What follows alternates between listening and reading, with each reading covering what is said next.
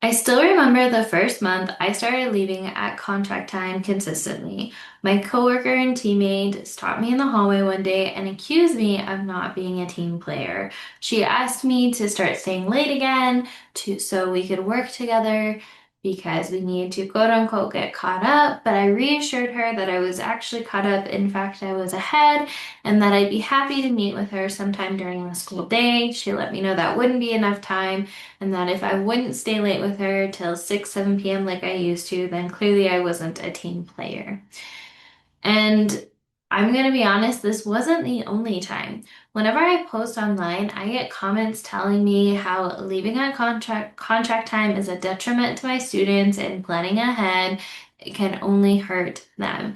Well, today we're talking about why you feel guilty about leaving at contract time. So with that being said, let's dive in. Hey, teacher bestie. My name's Helena, and I'm the creator of the Present Teacher Podcast. I'm a first-year teacher coach, and in this podcast, you are going to learn everything from simple, actionable classroom management, social emotional learning, and teacher wellness strategies. You know that impact you want to make in the classroom? Well, we're going to make it happen here.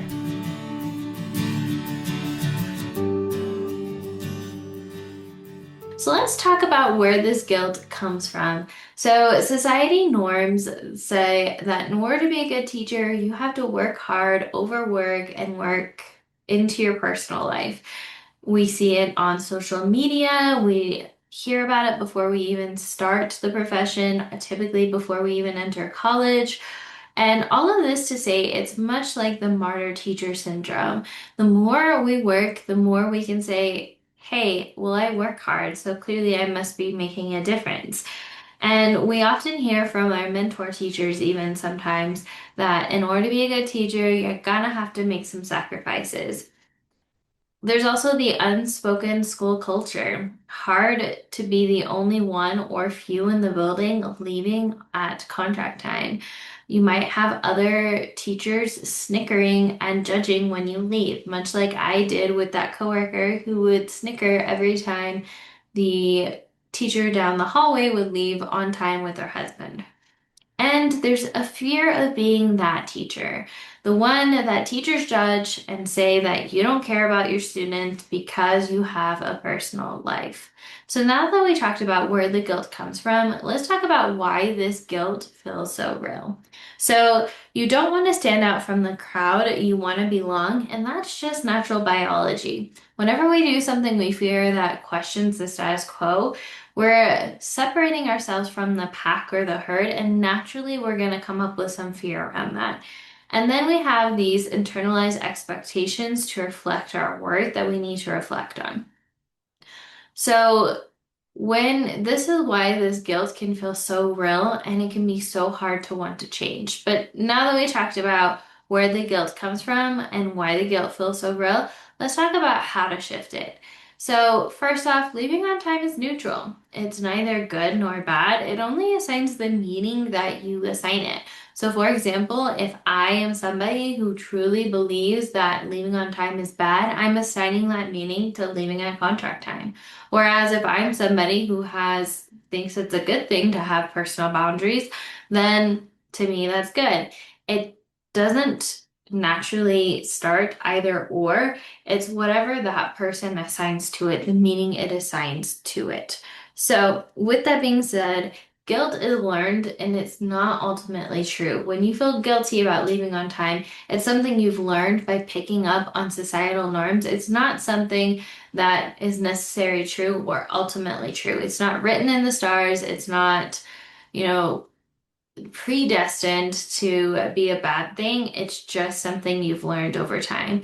So ask yourself this: what makes a good teacher a good teacher? What makes a bad teacher a bad teacher?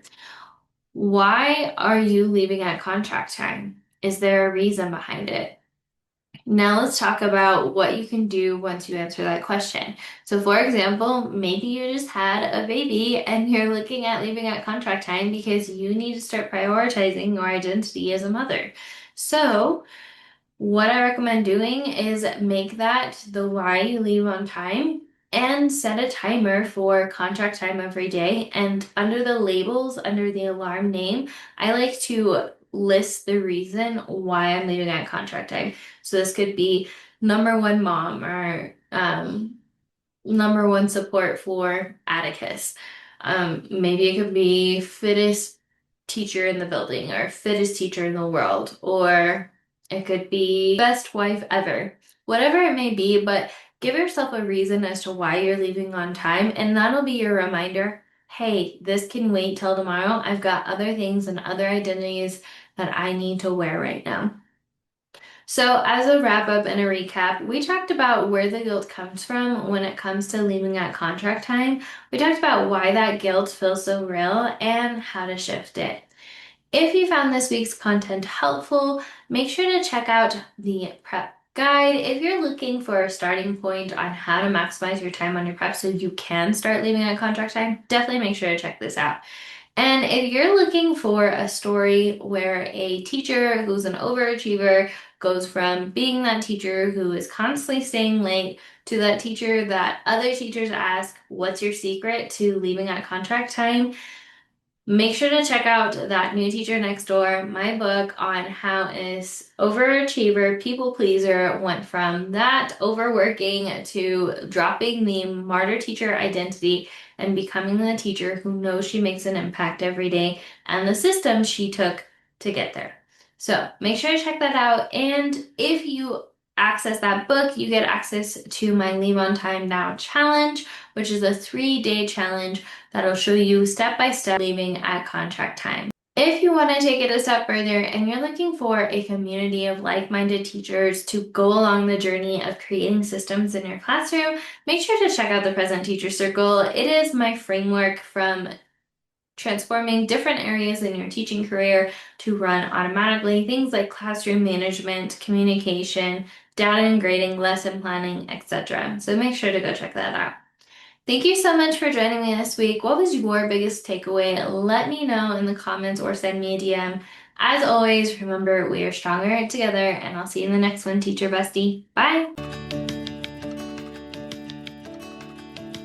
Thank you so much for joining me on today's episode. I hope that you were able to take away some value that will help you thrive inside and out of the classroom. It would mean the world to me if you could take 5 seconds right now and leave a review on this podcast. And if you found this podcast especially helpful, make sure to take a screenshot of this episode right now and tag me on your socials to let me know you're listening. As always, remember that we are stronger together with all the love in the world. Helena, aka the Present Teacher. See you next time, Teacher Bestie.